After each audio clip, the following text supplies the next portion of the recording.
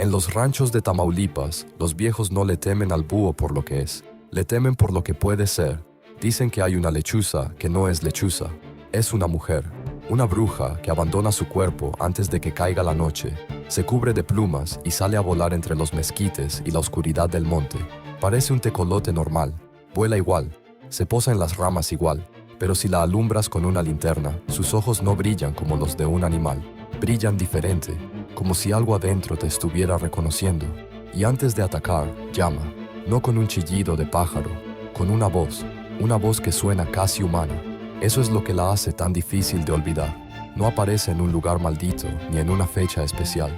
Aparece cualquier noche, en cualquier rancho, detrás de cualquier ventana.